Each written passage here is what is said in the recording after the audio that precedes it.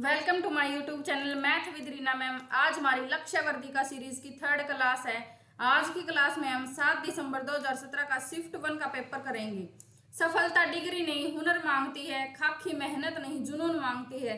तो अपनी मेहनत एकदम जुनून के साथ करिए, दिन रात एक कर दीजिए। पेपर में ज्यादा टाइम है नहीं, 4 से 5 महीने हैं। अपना साथ साथ सिलेबस भी करते रहिए और जो हम ये प्रीवियस ईयर के क्वेश्चन करवा रहे हैं ये भी साथ साथ नोट डाउन करते रहिए।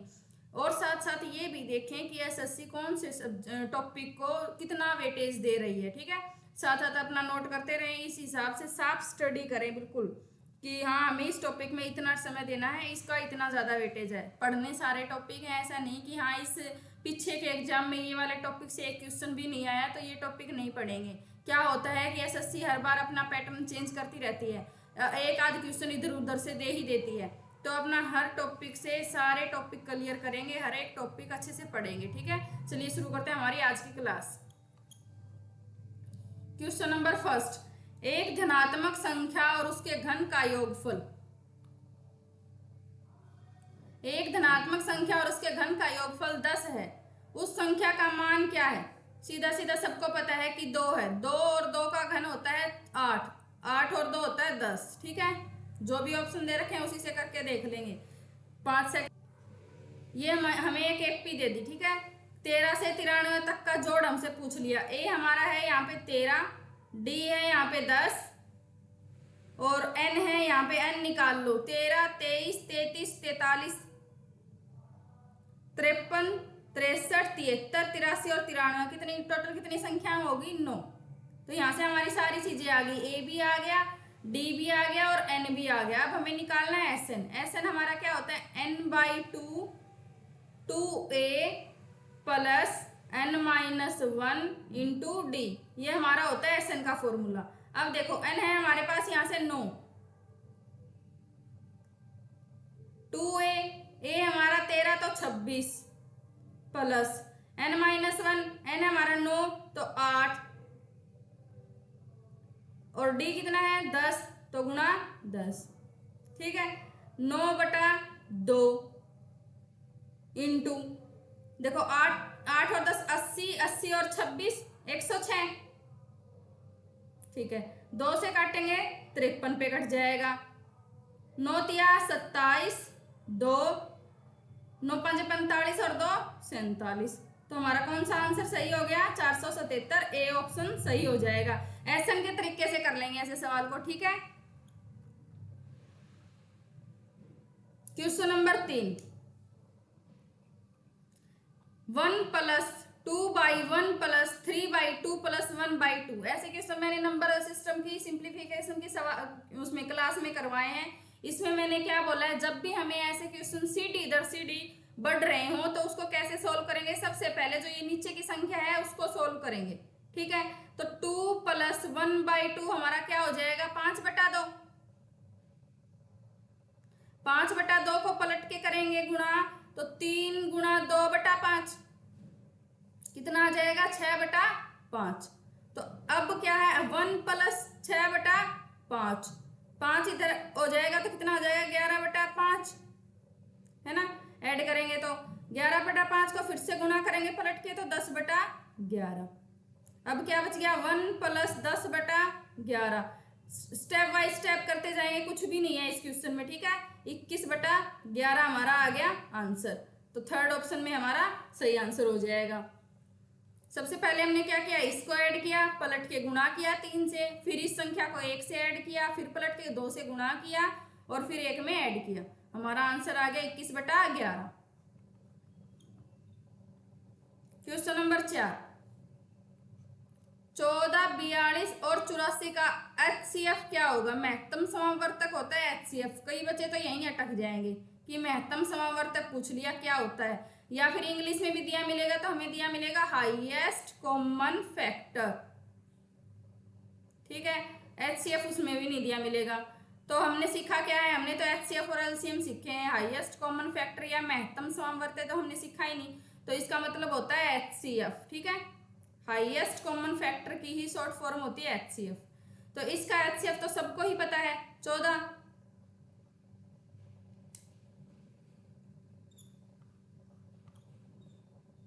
यहाँ पे देखो क्या दे दिया, क्वेश्चन नंबर 5। देखिए सिंप्लीफिकेशन से काफी सवाल आ रहे हैं, आप नोट डाउन करते रहें कि कौन कौन से सवाल बन रहे हैं सिंप्लीफिकेशन से। एक अलजेब्रा का सवाल हर पेपर में आ रहा है, ठीक है। आगे के क्वेश्चन भी करेंगे हम, 2020 का भी पेपर करेंगे और 2022 में driver, head constable ministerial, head constable wireless operator, तीनों के पेपर भी हम इस सीरीज में सोल्व करेंगे, जिससे हमें जो अभी करंट में कौन से क्वेश्चन एसएससी हमसे पूछ रही है दिल्ली पुलिस के एग्जाम्स में, उसका भी हमें थोड़ा सा अंदाजा लग जाएगा। कांस्टेबल के अब तक हमारे जैसे 2000 क्वेश्चन नंबर 5, ये यहाँ पे माइनस है, ये गलती से ना प्लस हो गया, ठीक है, यहाँ पे ये माइनस है, ठीक है। अब करें सवाल को कि ए स्क्वायर माइनस बी स्क्वायर, तो ए स्क्वायर माइनस बी स्क्वायर हमारा क्या होता है, ए प्लस बी, ए माइनस बी, है ना। ए हमारा क्या है यहाँ पे 1.27, तो 1.27 प्लस 1.05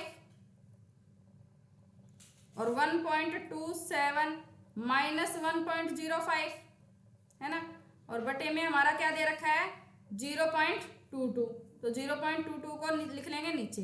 अब यहाँ से देखो 0.22 बन गया, ये यहाँ से ये इसको घटाएंगे तो इससे ये कट गया, तो अब हमारा आंसर क्या बच गया 1.27 प्लस 1.05, जो हमारा होता है 2.32, ठीक है। तो हमारा थर्ड ऑप्शन सही हो जाएगा।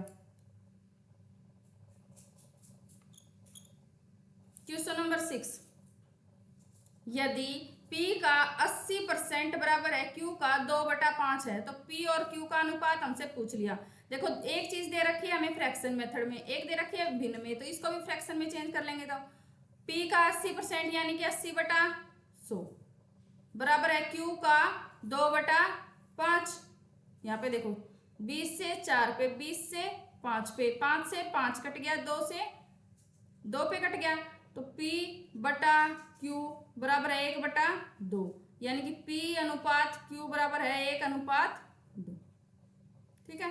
हमारा आंसर आ गया 1/2, यानी कि सेकेंड ऑप्शन।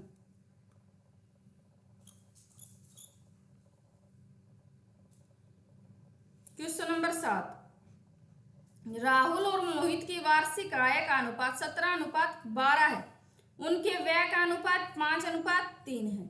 यदि उनमें से प्रत्येक 9,000 रुपये बचाता है तो मोहित की वार्षिक आय क्या होगी। तो यहाँ पे देखो आय और व्यय, ठीक है, आय और व्यय दो चीजें दे दी, और ये क्या दे दिया राहुल और मोहित, जो जो दिया है साथ साथ लिखते जाएंगे, क्वेश्चन गलत नहीं होगा, ठीक है। तो यहाँ पे देखो मान लो आय है 17x और मोहित की आय है 12x, क्योंकि 17:12 में है, और व्यय दे दिया 5 और 3 अनुपात में, तो 5y व्यय मान लेते हैं राहुल का और 3y मोहित का।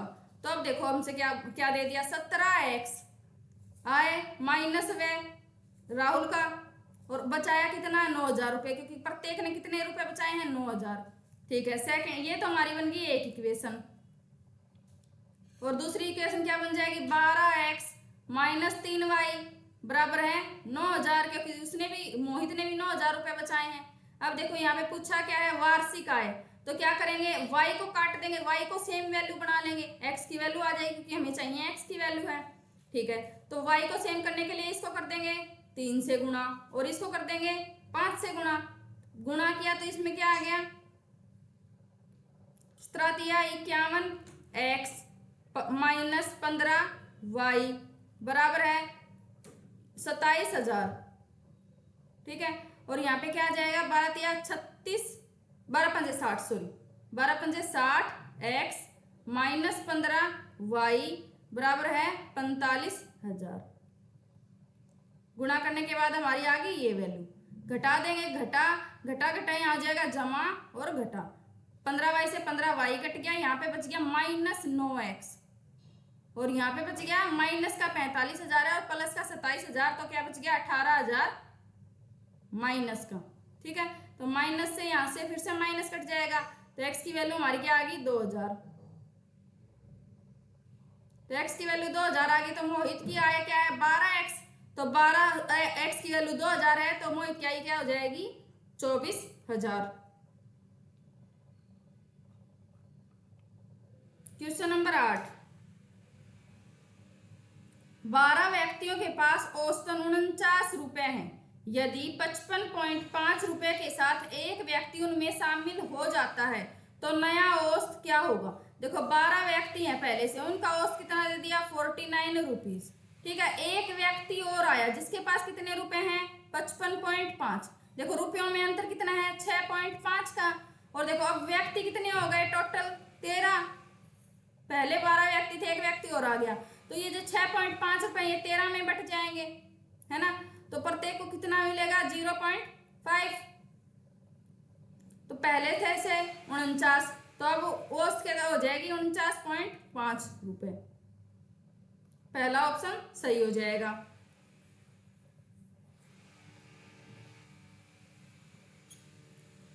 क्वेश्चन नंबर 9, 4000 रुपए पर 8% प्रतिवर्ष ब्याज की दर से 6 वर्षों के लिए साधारण ब्याज क्या होगा।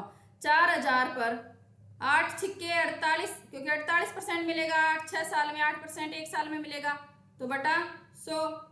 यही हमें निकालना है, सिर्फ ब्याज निकालना है इसमें। 4 8 32, 3 4 चौके 16 और 3 19, क्या बच जाएगा 1920 रुपए। ठीक है, तो सेकेंड ऑप्शन हमारा सही हो जाएगा।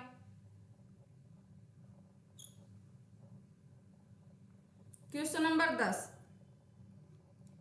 व्योम ने 48 रुपए प्रति दर्जन की दर से 30 दर्जन पेन खरीदा। उसने 10 दर्जन पेन को 20% लाभ पर और शेष 20 दर्जन को 10% लाभ पर बेचा। उसका लाभ प्रतिशत क्या है।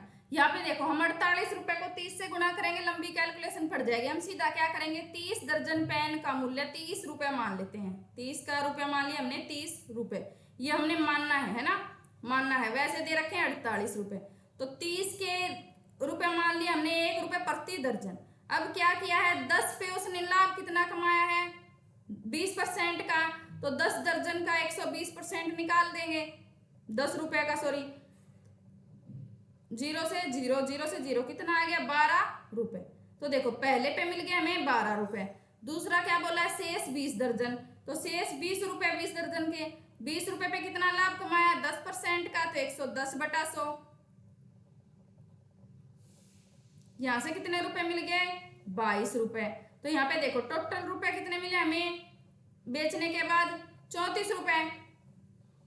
तो लाभ कितना आ गया, खरीदे थे मान लो 30 रुपए में, लाभ आ गया 34, तो लाभ आ गया 4 रुपए का। कितने पे 30 पे गुणा 100, 0 से हमारी कट गई 0, तो कितना आ गया 400 बटा 40 बटा 3, 13.33% हमारा आ जाएगा लाभ। फर्स्ट ऑप्शन हमारा हो जाएगा सही। क्वेश्चन नंबर 11, एक वस्तु का क्रय मूल्य अंकित मूल्य का 64% है। अंकित मूल्य से वो किया है कंपेयर, तो हम पहले अंकित मूल्य को ही मान लेंगे। तो अंकित मूल्य को मान लिया हमने 100, और क्रय मूल्य कितना है इसका 64%, यानी कि 64। अब देखो अंकित मूल्य पे छूट दे दी 12% की, यानी कि बेच दिया 88 रुपए में, है ना, 12% की छूट दी, तो कितने रुपए का लाभ हुआ 22 रुपए का, है ना। देखो कोई चीज 64 में खरीदी थी, बेच दी 88 में, क्योंकि अंकित मूल्य है 100, अंकित मूल्य पे 12% की छूट दी है, तो बेची 88 रुपए में। ठीक है, तो अब हमारे 24 रुपए का हमने यहाँ पे कमा लिया लाभ। किस पे 64 पे, क्योंकि खरीदी तो हमने 64 में थी, गुणा 100, 4 छिक्के 24, 4 से काटेंगे कितने पे कट जाएगा 16 पे, फिर से 4 पे काटेंगे 4 पे, 4 से कट जाएगा 25 पे, 2 पे, तो हमारा आ गया 75 बटा 2, यानी कि 37.5% का लाभ। क्वेश्चन नंबर 12, एक वर्ताकार मार्ग की बाहरी और आंतरिक परिधि का अनुपात 14:11 है। यदि मार्ग 15 मीटर चौड़ा है तो आंतरिक वृत्त की त्रिज्या क्या है। यहाँ पे देखो कोई एक वर्ताकार मार्ग दे दिया है ना, ये वाला क्या बोल दिया, सॉरी यहाँ पे ये आर है, ये वाली आर है R1, और यहां से यहां तक है ये वाली पूरी लगा लेते हैं। ये वाली पूरी R है R2। क्या बोला है कि जो ये रास्ता है ये 15 मीटर चौड़ा है, 15 मीटर चौड़ा है, ठीक है। और अनुपात क्या दे दिए दोनों की त्रिज्या का, 14:11। तो अनुपात में तो अंतर हमारा कितना आ रहा है, 3 मीटर का, छोटी त्रिज्या और बड़ी त्रिज्या का। और जो ये अनुपात है ये तो मार्ग की चौड़ाई है, तो 3 के बदले अनुपात कितना दे दिया, 15 मीटर। तो एक अनुपात की वैल्यू हमारी यहाँ से क्या आ गई, 15/3, यानी कि 5 मीटर। देखिए यहाँ पे देखो ये एक रास्ता है, वर्ताकार मार्ग रास्ता है, ठीक है, ये वाला, ठीक। इसकी चौड़ाई हमें दे दी 15 मीटर और अनुपात दे दिया इस त्रिज्या का और इस पूरी त्रिज्या का। तो इस त्रिज्या में और इस पूरी त्रिज्या में अंतर किसका है, इस मार्ग का ही तो है। तो अनुपात में अंतर 3 का, मीटर में अंतर इसने दे दिया 15 मीटर का, तो क्या आ गया, 5 मीटर। अब पूछा क्या है, छोटे वर्त की त्रिज्या, तो छोटे वर्त की त्रिज्या का अनुपात है 11, एक अनुपात की वैल्यू 5, तो छोटे वर्त की त्रिज्या क्या आ जाएगी, 11 गुणा 5, 55 मीटर। तो हमारा आंसर आ जाएगा 4th ऑप्शन। क्वेश्चन नंबर 13, एक नाव धारा के प्रति प्रवाह में 20 किलोमीटर की और धारा के अनुप्रवाह में 40 किलोमीटर की दूरी तय करने में 4 घंटे का समय लेती है, जबकि वह धारा के प्रति प्रवाह में 70 किलोमीटर की दूरी और धारा के अनुप्रवाह में 60 किलोमीटर की दूरी 10 घंटे में तय करती है। धारा की गति क्या है। तो यहाँ पे देखो, जब भी धारा के साथ अनुप्रवाह में होता है, धारा के साथ चाल क्या होती है, अगर मान लो नाव की चाल है ए और धारा की चाल है बी, तो चाल हमेशा जुड़ जाती हैं। और जब धारा के अगेंस्ट होती है, विपरीत होती है या प्रति प्रवाह में होती है, तो चाल क्या होती है, घट जाती हैं, ठीक है। ए हमारी होती है नाव की चाल और बी हमारी होती है धारा की चाल। तो सेम हम इस क्वेश्चन को ऐसे ही करेंगे। तो देखो, जब प्रति प्रवाह में जा रही है, प्रति प्रवाह में जा रही है यानी कि a माइनस बी है हमारी उस टाइम पे चाल। तो देखो कुल दूरी 20 किलोमीटर, चाल है a माइनस बी, तो 20/a minus b plus 40/a plus b, क्योंकि अनुप्रवाह में है तो 40 + a/b, क्योंकि चाल जुड़ जाएंगी। समय कितना, देखो ये दोनों हमारे समय आ गए, दूरी बटा चाल, दूरी बटा चाल, तो टोटल समय कितना लिया, 4 घंटे। ये तो हमारी आ गई एक इक्वेशन। अब हम क्या करते हैं, 1/a माइनस बी को मान लेते हैं x, ताकि हमारा कैलकुलेशन थोड़ा इजी हो जाए। 1/a प्लस बी को मान लेते हैं y, ठीक है। तो अब हमारे यहाँ से क्या आ गया, 20x + 40y बराबर है 4, ठीक है। सेम ऐसे ही करेंगे तो 70x + 60y बराबर है कितना दे दिया, 10। कोई भी एक चीज को बराबर कर लेंगे, काट देंगे, तो y को बराबर करेंगे तो यहाँ से 3 से गुणा और यहाँ से 2 से गुणा, तो क्या आ जाएगा, 60x + 120y बराबर है 12। और यहाँ से क्या आ जाएगा, 140x + 120y बराबर है 20। माइनस करेंगे पूरे को, माइनस माइनस और माइनस, 120 से 120 कट गया, तो यहाँ पे क्या बचा, -80 बराबर है -8। तो x की वैल्यू हमारी यहाँ से क्या आ गई, यहाँ पे कर लेते हैं, ठीक है। x की वैल्यू क्या आ गई, 1/10। तो x हमने क्या माना है, 1/a माइनस बी, तो यहाँ से हमारी a माइनस बी की वैल्यू क्या आ गई, 10। तो किसी भी एक इक्वेशन में पुट कर लेंगे, तो 20x - 40y बराबर है 4।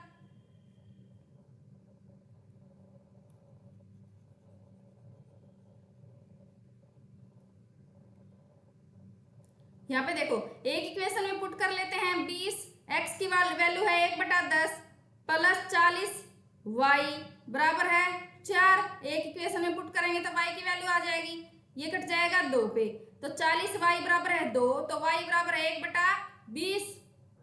तो यहाँ पे देखो a प्लस बी की वैल्यू हमारे पास क्या आ गई 20, y से y कट गया तो 2a की वैल्यू क्या आ गई 30, a की वैल्यू क्या आ गई 15, है ना।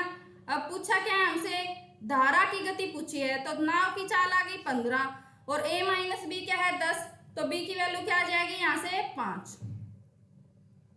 ठीक है, धारा की पूछी हमसे, तो थर्ड ऑप्शन हमारा हो जाएगा सही।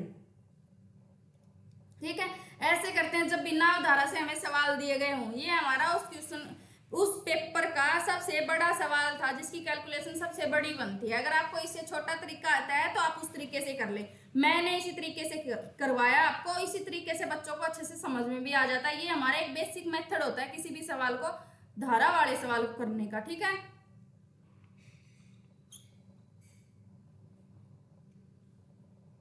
क्वेश्चन नंबर 14, P ने 60,000 रुपए निवेश करके, देखो यहाँ पे P है, Q है और R है, तीन बंदे हैं।